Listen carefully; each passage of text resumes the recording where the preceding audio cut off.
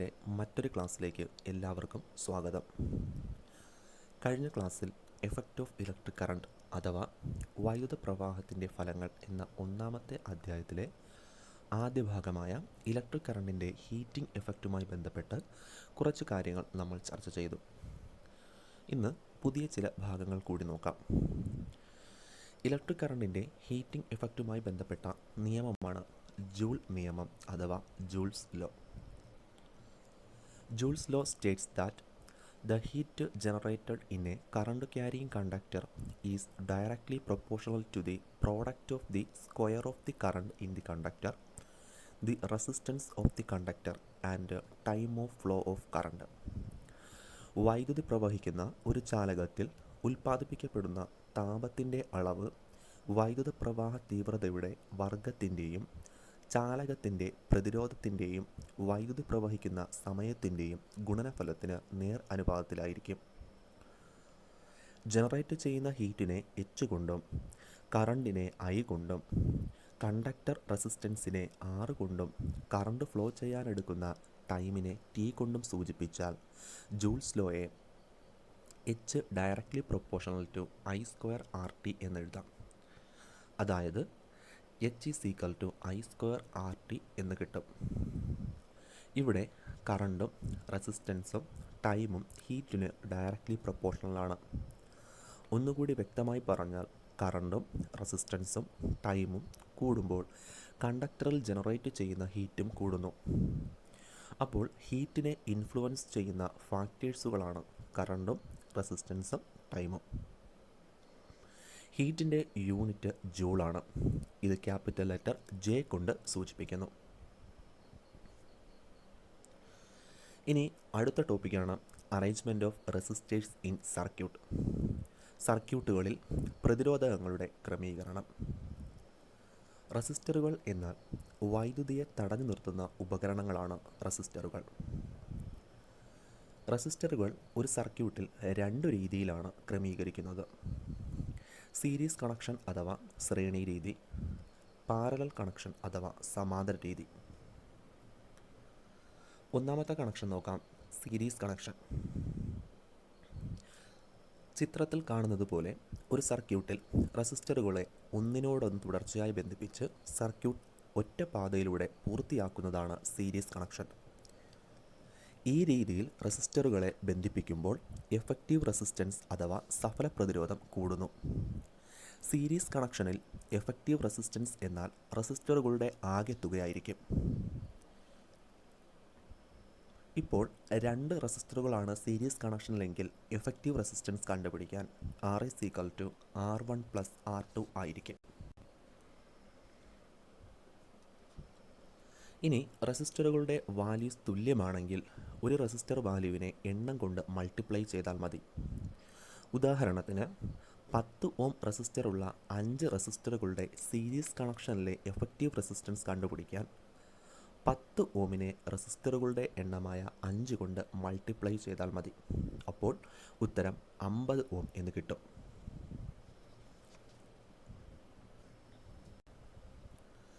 ഇനി അടുത്തതാണ് parallel connection. ചിത്രത്തിൽ കാണുന്നത് പോലെ റെസിസ്റ്ററുകളെ തമ്മിൽ ബന്ധിപ്പിക്കുന്ന രീതിയാണ് പാരലൽ കണക്ഷൻ. ഇവിടെ എഫക്റ്റീവ് റെസിസ്റ്റൻസ് കുറവായിരിക്കും. പാരലൽ കണക്ഷൻ അഥവാ സമാന്തര രീതിയിലെ എഫക്റ്റീവ് റെസിസ്റ്റൻസ് എങ്ങനെ കണ്ടുപിടിക്കാം എന്ന് നോക്കാം. രണ്ട് റെസിസ്റ്ററുകളാണ് പാരലൽ കണക്ഷനിലെങ്കിൽ എഫക്റ്റീവ് റെസിസ്റ്റൻസ് കണ്ടുപിടിക്കാൻ രണ്ട് റെസിസ്റ്ററുകളുടെയും റെസിസ്റ്റൻസ് വാല്യൂസിൻ്റെ റെസിപ്രോക്കൽ എടുത്ത് ആഡ് ചെയ്യണം. അതായത് വ്യുൽക്രമം എടുത്ത് കൂട്ടി നോക്കണം. അതിനുശേഷം കിട്ടിയ ഉത്തരത്തിൻ്റെ റെസിപ്രോക്കൽ കൂടി എടുക്കണം. അതായത് 1/R is equal to 1/R1 plus 1/R2. ഇവിടെ R1 R2 എന്ന് പറയുന്നത് രണ്ട് റെസിസ്റ്റൻസ് വാല്യൂ ആണ്.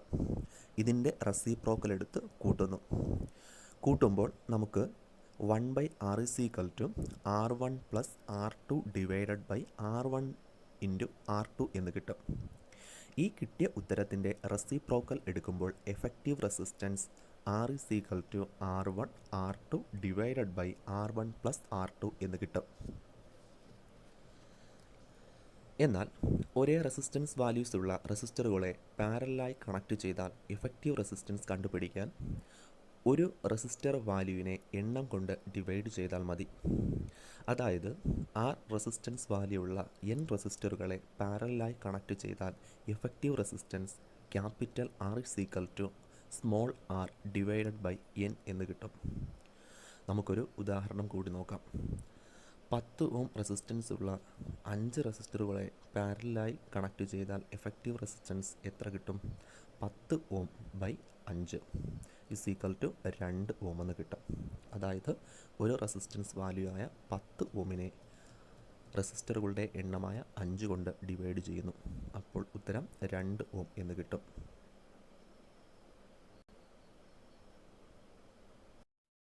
ഇനി സീരീസ് കണക്ഷനും പാരലൽ കണക്ഷനും തമ്മിലുള്ള വ്യത്യാസങ്ങൾ എന്തൊക്കെയെന്ന് നോക്കാം. സീരീസ് കണക്ഷനിൽ ഒന്നാമത്തെ പോയിൻ്റായി പറയപ്പെടുന്നത് എഫക്റ്റീവ് റെസിസ്റ്റൻസ് ഇൻക്രീസസ്, സഫല പ്രതിരോധം കൂടുന്നു. എന്നാൽ പാരലൽ കണക്ഷനിൽ എഫക്റ്റീവ് റെസിസ്റ്റൻസ് ഡിക്രീസസ്, സഫല പ്രതിരോധം കുറയുന്നു. Second point, the current through each resistor is same in series connection. Series കണക്ഷനിൽ ഓരോ പ്രതിരോധകത്തിലൂടെയും ഒഴുകുന്ന കറണ്ട് തുല്യം. എന്നാൽ പാരലൽ കണക്ഷനിൽ the current through each resistor is different. It gets divided as per the value of resistors. ഓരോ പ്രതിരോധകത്തിലൂടെയും ഒഴുകുന്ന കറണ്ട് വ്യത്യാസം ഇത് പ്രതിരോധകത്തിൻ്റെ മൂല്യത്തിനനുസരിച്ച് വിഭജിക്കപ്പെടുന്നു. Third one, the potential difference across each resistor is different. It gets divided as per the value of resistors. Series കണക്ഷനിൽ ഓരോ പ്രതിരോധകത്തിനും ലഭിക്കുന്ന പൊട്ടൻഷ്യൽ വ്യത്യാസം ഒരുപോലെയായിരിക്കില്ല. ഇത് പ്രതിരോധകത്തിൻ്റെ മൂല്യത്തിനനുസരിച്ച് വിഭജിക്കപ്പെടുന്നു. എന്നാൽ പാരലൽ കണക്ഷനിൽ the potential difference across each resistor is same. ഓരോ പ്രതിരോധകത്തിനും ലഭിക്കുന്ന പൊട്ടൻഷ്യൽ വ്യത്യാസം തുല്യമായിരിക്കും. The fourth one, each resistor cannot be controlled by using separate switches. Series കണക്ഷനിൽ ഓരോ പ്രതിരോധകത്തെയും ഓരോ സ്വിച്ച് ഉപയോഗിച്ച് നിയന്ത്രിക്കാൻ കഴിയില്ല. എന്നാൽ പാരലൽ കണക്ഷനിൽ each resistor can be controlled by using separate switches. ഓരോ പ്രതിരോധകത്തെയും ഓരോ സ്വിച്ച് ഉപയോഗിച്ച് നിയന്ത്രിക്കാൻ കഴിയും.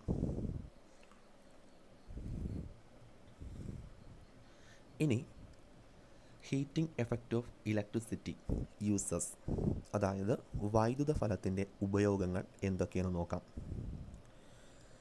ഇലക്ട്രിസിറ്റിയുടെ ഹീറ്റിംഗ് എഫക്റ്റ് പ്രയോജനപ്പെടുത്തുന്ന ഉപകരണങ്ങളാണ് ഇലക്ട്രിക് ഹീറ്റിംഗ് അപ്ലയൻസസ് അഥവാ വൈദ്യുത താപന ഉപകരണങ്ങൾ. ഇവയിൽ ഇലക്ട്രിക്കൽ എനർജി ഹീറ്റ് എനർജിയായി മാറ്റപ്പെടുന്നു. ഉദാഹരണം iron box, soldering iron, safety fuse, heater തുടങ്ങിയവ. ഇലക്ട്രിക് ഹീറ്റിംഗ് അപ്ലയൻസിൽ ഇലക്ട്രിക്കൽ എനർജിയെ ഹീറ്റ് എനർജി ആക്കി മാറ്റുന്ന ഭാഗമാണ് ഹീറ്റിംഗ് കോയിൽ. ഹീറ്റിംഗ് കോയിലുകൾ നിർമ്മിച്ചിരിക്കുന്നത് നിക്രോം ഉപയോഗിച്ചാണ്. നിക്കൽ, ക്രോമിയം, അയൺ എന്നിവയുടെ അലോയാണ് nichrome.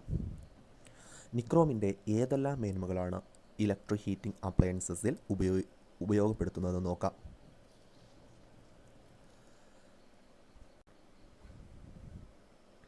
First one, high resistivity, ഉയർന്ന resistivity. Second, high melting point, ഉയർന്ന ദ്രവണാങ്കം. Third one, ability to remain in red hot condition for a long time without getting oxidised. ചുവന്ന് ചുട്ടുപഴുത്ത അവസ്ഥയിൽ ഓക്സീകരിക്കപ്പെടാതെ ദീർഘനേരം നിലനിൽക്കാനുള്ള കഴിവ്. അപ്പോൾ ഇന്നത്തെ ക്ലാസ് ഇതുവരെയാണ്. മറ്റൊരു ടോപ്പിക്കുമായി അടുത്ത ക്ലാസ്സിൽ കണ്ടുമുട്ടുന്നതുവരെ ഗുഡ് ബൈ.